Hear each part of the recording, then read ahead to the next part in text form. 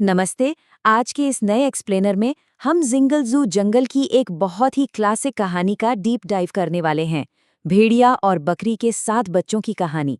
आपने इसे बचपन में जरूर सुना होगा, लेकिन आज हम इसे एक बिल्कुल नए नजरिए से देखेंगे। ये सिर्फ बच्चों की कहानी नहीं है, बल्कि ये हमें धोखे, सतर्कता और न्याय के बारे में बहुत कुछ सिखाती है। तो चलिए देखते हैं कि आखिर इस पूरे खेल की शुरुआत कैसे हुई। तो देखिए, कहानी की शुरुआत बहुत ही शांत तरीके से होती है। जंगल के किनारे एक छोटी सी झुग्गी है, जिसमें एक बकरी अपने 7 प्यारे बच्चों के साथ बड़े मजे से रह रही है। मतलब सब कुछ बिल्कुल नॉर्मल और खुशी से भरा है। लेकिन फिर आती है भूख।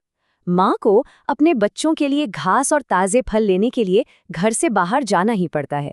अब जंगल है तो खतरे तो होंगे ही, खासकर वो एक बदमाश भेड़िया जो हमेशा ताक में रहता है। इसीलिए घर से निकलने से पहले माँ एक बहुत ही सॉलिड सिक्योरिटी प्रोटोकॉल तैयार करती है। और वो सिक्योरिटी प्रोटोकॉल क्या था? एक खास पासवर्ड। माँ ने बच्चों को बहुत ही क्लियर इंस्ट्रक्शंस दिए। उसने उन्हें एक गाना सिखाया, दरवाज़ा खोलो मेरे बच्चों, मम्मी है आई, जल्दी खोलो, खाना मज़ेदार है लाई। एक तरह से ये उनका वॉइस ऑथेंटिकेशन सिस्टम था। बच्चों को साफ हिदायत थी कि जब तक वे ये खास गाना न सुने, दरवाज़ा बिल्कुल न खोलें। अनजान लोगों को दूर रखने का ये एक बहुत ही स्मार्ट तरीका है ना? लेकिन कहते हैं ना कि दीवारों के भी कान होते हैं। यहीं पर ईव्सड्रॉपिंग यानी छुपकर बातें सुनने का कॉन्सेप्ट आता है। वो चालाक और भूखा भेड़िया जो पहले से ही उस घर पर नजर गड़ाए हुए था, इस पूरी प्राइवेट बातचीत को सुन लेता है।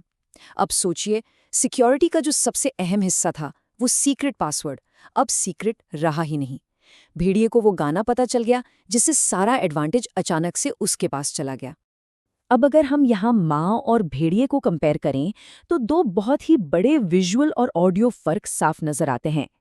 एक तरफ माँ बकरी है, जिसकी आवाज़ बहुत ही मीठी है और जिसके पैर एकदम सफ़ेद हैं।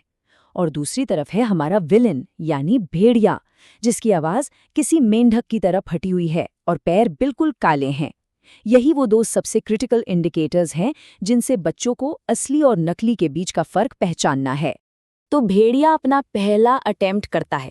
वो फुल कॉन्फिडेंस में दरवाजे पे जाता है, खटखटाता है और वो चोरी किया हुआ पासवर्ड गाना गाने लगता है। लेकिन वो बुरी तरह फेल हो जाता है। अंदर बैठे चौकन्ने बच्चे तुरंत समझ जाते हैं कि ये उनकी माँ की मीठी आवाज़ तो हरगिज़ नहीं है। वे साफ कह देते हैं कि भाई तुम्हारी आवाज़ तो मेंढक जैसी है, तो हमारी माँ नहीं हो। यहाँ हमें दिखता है कि बच्चे कितने अलर्ट थे और माँ का सिक्योरिटी सिस्टम काम कर रहा था। पर भेड़िया इतनी जल्दी गिव अप करने वालों में से नहीं था। उसे समझ आ गया कि उसकी खराब आवाज़ ही उसकी सबसे बड़ी कमजोरी है। तो वो तुरंत अपनी स्ट्रैटेजी बदलता है। वो जंगल में जाता है, एक मधुमक्खियों का छत्ता ढूंढता है और अपनी आवाज़ को मीठा बनाने के लिए ढेर सारा शहद पी लेता है। ये एक तरह का बायोलॉजिकल हैक था, ताकि वो बकरी की उस मीठी आवाज़ की बिल्कुल परफेक्ट नकल कर सके। अब आवाज़ तो मीठी हो गई। वो वापस आया और उसने दोबारा वो गाना गाया। इस बार बच्चे धोखा खाने ही वाले थे, लेकिन तभी वो छोटे जासूसों की तरह काम करते हैं और दरवाजे के नीचे मौजूद छोटी सी दरार से झांक कर देखते हैं। और उन्हें क्या दिखता है? भेड़िए के काले पैर। वे तुरंत पकड़ लेते हैं कि भले ही आवाज़ मीठी हो, लेकिन इन काले पैरों वाला जीव उनकी मां नहीं हो सकता। और इस तरह भेड़िए का दूसरा अटेम्प्ट भी फेल। लगातार 2 बार फेल होने के बाद भेड़िया सच में फ्रस्ट्रेट हो जाता है। अब वो अपनी आखिरी और सबसे डेस्परेट चाल चलता है। वो गांव की चक्की पर जाता है। दोपहर का वक्त था और चक्की वाला आराम कर रहा था।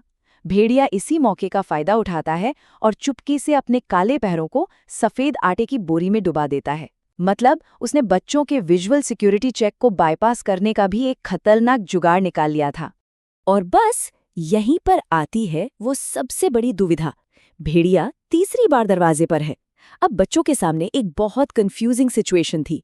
मीठी आवाज भी है और सफेद पैर भी दिख रहे हैं। तो क्या इसका मतलब ये माँ है? सबसे छोटे बच्चे ने फिर भी वार्निंग दी कि दरवाजा मत खोलो, लेकिन बाकी बच्चों को लगा कि जब सारी शर्तें पूरी हो गई हैं तो ये माँ ही होगी। उन्होंने छोटे बच्चे की बात इग्नोर कर दी और आखिरकार दरवाजा खोल दिया। और फिर आता है कहानी का वो सबसे डरावना पल। जैसे ही दरवाजा खुला, भेड़िए ने अपना असली रूप दिखा दिया। वो जोर से चीखा, मैं तुम्हें खाना देने नहीं, बल्कि तुम्हें ही खाने आया हूं। ये वो मोमेंट था जब उनकी सारी सतर्कता एक झटके में खत्म हो गई। दरवाजा खुलते ही जो पैनिक और अफरा तफरी मची, उसे जरा इमेजिन कीजिए। बच्चे अपनी जान बचाने के लिए बदहवास होकर इधर उधर भागने लगे। दो बच्चे पर्दे और पलंग के नीचे जा छिपे, दो ने एक बड़ी सी टोकरी के नीचे पनाह ली, एक अलमारी में घुस गया और एक तो डर के मारे बुत बनकर वहीं खड़ा रह गया। लेकिन सबसे स्मार्ट निकला वो सबसे छोटा बच्चा, जो चुपचाप जाकर चूल्हे के अंदर छुप गया। लेकिन भेड़िए की नजरों से बचना इतना भी आसान नहीं था। 6, जी हाँ, भेड़िए ने एक एक करके पूरे 6 बच्चों को ढूंढ निकाला। उसने उन सब को पकड़ा और एक भारी सी बोरी में ठूंस दिया।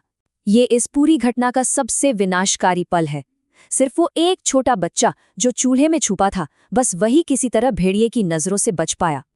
अब सोचिए, जब माँ घर वापस आती है तो उसे क्या दिखता है? खुला दरवाजा और बिखरा हुआ सामान। वो घबराकर पुकारती है, तुम्हारे भाई बहन कहाँ हैं? तब वो सबसे छोटा बच्चा रोते हुए चूल्हे से बाहर आता है और अपनी माँ को वो सारी खौफनाक हकीकत बताता है। माँ का दिल तो टूट जाता है, लेकिन उस दुख के साथ साथ उसके अंदर एक भयंकर गुस्सा भी भर जाता है। अब वक्त था इंसाफ का। लेकिन कहते हैं ना, ओवर कॉन्फिडेंस ही प्रेडेटर को ले डूबता है। भेड़िए को लगा कि उसका काम तो हो गया, अब उसे कौन ही पकड़ लेगा। तो वहां से तुरंत भागने के बजाय उसने वहीं पास में एक बड़े पेड़ के नीचे आराम से सोने का फैसला किया।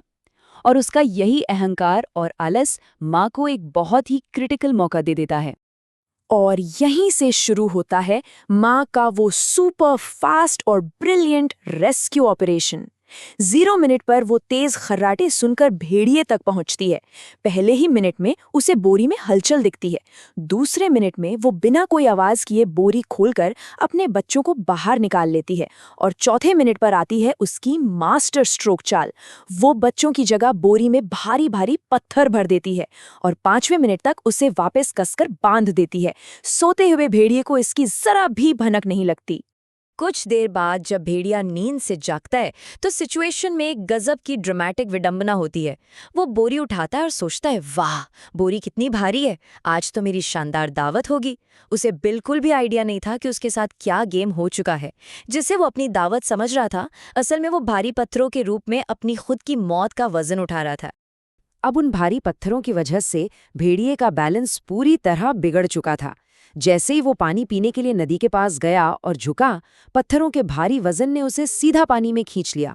वो धड़ाम से गिरा और नदी के तेज बहाव में बह गया। माँ की चतुराई ने आखिरकार उस धोखेबाज का काम तमाम कर ही दिया। और इस तरह ये कहानी एक बहुत ही सैटिस्फाइंग नोट पर खत्म होती है। बकरी और उसके सातों बच्चे पास की झाड़ियों में छुपकर ये सारा नज़ारा देख रहे थे। अब वे पूरी तरह से सेफ थे और उस शिकारी का ये अंजाम देखकर अपनी हंसी नहीं रोक पा रहे थे। पूरा परिवार फिर से एक हो गया था और वो खतरा हमेशा के लिए खत्म हो गया था।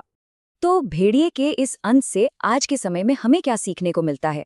यही कि चाहे कोई कितना भी असली क्यों न लगे, सिर्फ एक चीज देखकर कभी भरोसा नहीं करना चाहिए। हमारी सतर्कता और हर चीज को डबल चेक करने की आदत ही हमारा सबसे बड़ा डिफेंस है। अगली बार जब भी किसी पर आंख मूंद कर भरोसा करने की नौबत आए तो खुद से एक सवाल जरूर पूछेगा, क्या आपने उनके सफेद पैर ठीक से चेक किए हैं?